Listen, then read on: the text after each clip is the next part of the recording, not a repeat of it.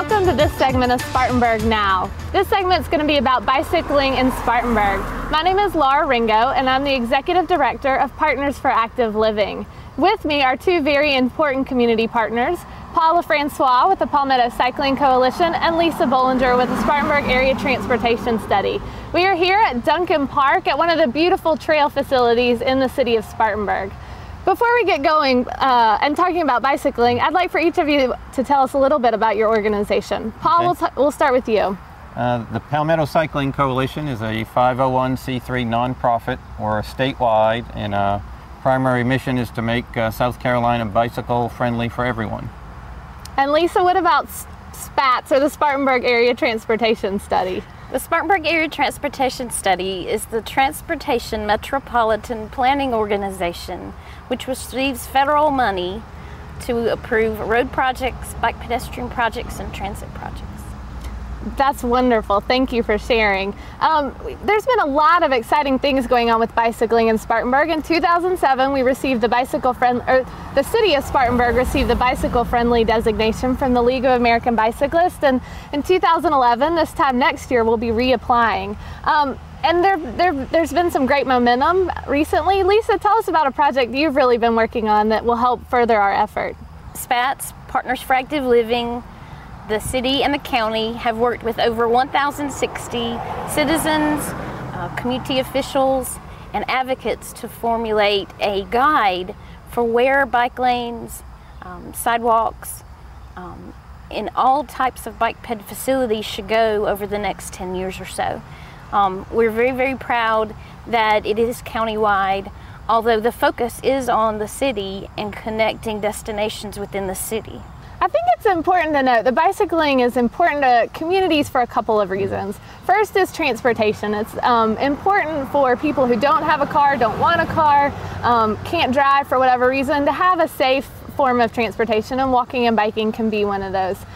Second, it's important for economic development. It's great for young families to have a chance to walk their children to school, for people to go out for a run if they want to. Biking and walking is also important for public health. I don't think it's any secret that we've got, you hear the term epidemic of obesity, cardiovascular disease, diabetes, all kinds of cancers that are related to lifestyle.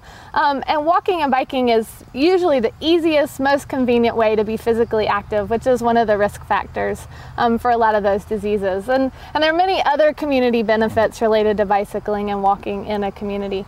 Paul, I know you've been working on a statewide level around bicycling. Tell us a little bit about what's going on with Palmetto Cycling Coalition on the state level. Probably the major success that the coalition has had has been a reform of the bicycle traffic safety laws that was passed by the legislature and signed by the governor in 2008. And over the last 2 years, we've been working to educate everyone about the changes in those laws. And we produced about 20,000 copies of the new laws and distributed them across the state to cyclists. And we've been in a fundraising campaign over the last 6 months, and we're getting ready to produce a bicycle safety video. And that's going to be available for use through law enforcement, driver education programs, the public schools, civic organizations. So we really want to make everyone in the state aware of the rules, rights, responsibilities for motorists and cyclists, and that we can share the road and do it in a safe manner. Absolutely. Let's talk a little bit about safety. I know there's still some education needed on bicycle safety. Can you give us a couple of points that anyone who's going to ride on the road should know, and also for motorists who know to look for cyclists? Yeah, and probably a couple for the cyclists, probably most importantly, and I think this is a change for people who grew up in the 60s, 70s, where they had the view that you should always ride facing traffic. But a bicycle under the state law is treated the same as a motor vehicle. So you always want to ride with traffic on the right-hand side of the road. That's the #1 priority. Most of the accidents we see with motorists and bicyclists typically take place at intersections. So you want to be particularly cautious at an intersection. And another important thing is you want to be visible to motorists on the road. And last year, the PCC partnered with DHEC, and we received a $10,000 grant to buy bicycle helmets for cyclists, reflective gear, and lights. and we distributed those through communities, working with organizations such as Partners for Active Living. And the good news is that in 2010, DHEC just informed us that we have $20,000 to continue that program in 2010. So we will be purchasing helmets, lights, and reflective gear.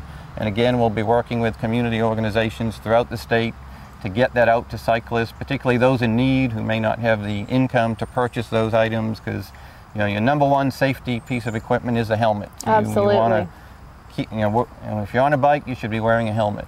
And then number two, being visible to other motorists or other users of the road. So we're going to be continuing that program and getting those items out to communities this fall.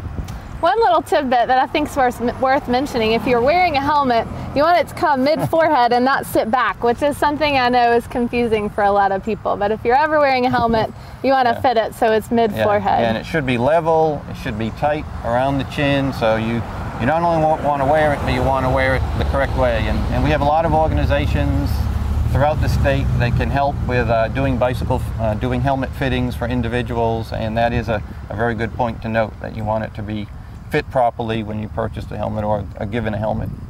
Wonderful. Lisa, I know you're also working on a project, an interactive web mapping tool. Can you tell us a little bit about that and when it's going to be available? Yes, as I was saying, the interactive web mapping tool will actually help those who live here, those who are going to visit, to plan out their routes in the area and make it an opportunity to decide how you would like to, where you would like to visit, where you would like to ride in the area. SPATS is very committed to providing more facilities so everyone can be active. That's very important.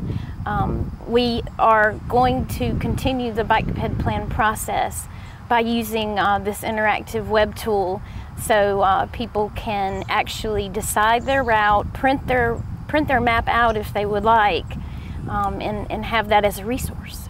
That will be wonderful.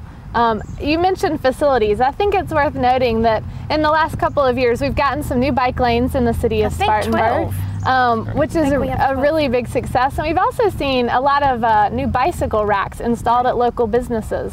And if any business is interested, they can call the Partners for Active Living office, and we work with the city on getting that coordinated and installed. So those are some upcoming things. A few other programs. We have Paul's a big cyclist, so he's got his own bike, but if somebody doesn't have their own bike, they can come to the Partners for Active Living office, and we have a program called Hub Cycle. You can borrow a bike, a helmet, and a lock for 3 months for a one-time $15 refundable deposit. And we have all kinds of different bikes, so people can try a road bike like Paul rides, or a cruiser, which is more my style, or a mountain bike. So there's lots of different opportunities that are out there. There are also a couple other opportunities for people who are interested in getting involved with bicycling on any level, whether it's just you want to kind of learn to get comfortable on the road. Every Friday at noon, leaving from the Mary Black Foundation, Partners for Active Living has a lunchtime bike ride. We're always back within an hour, but we do go down the rail trail, go around Duncan Park, and it's a great opportunity to get comfortable riding on the road. It's a nice break from work. We also have a lot of community partners that are so important to the work we're doing. We've got the downtown criterium and a lot of bike month activities, and there's some key people that are involved in that. Yeah, and certainly one of those is the Freewheelers of Spartanburg Bicycle Club. They're a great resource for individuals who don't know much about bicycling, want to get started, want someone to ride with. Their website is www.freewheelers.info. And if you're new to cycling or an experienced cyclist, it's a great way to meet up with other people. They sponsor a national event in the Assault on Mount Mitchell each year during May, during Bike Month. So it's a great resource to utilize for new or advanced cyclists. And we're very, very happy to have Mary Black Foundation and Partners for Active Living as partners in supporting so many of our bike pedestrian projects. Absolutely, and we also have some great local bike shops that we want to encourage people to visit. So with that, we want to say thank you. Get out and ride your bike.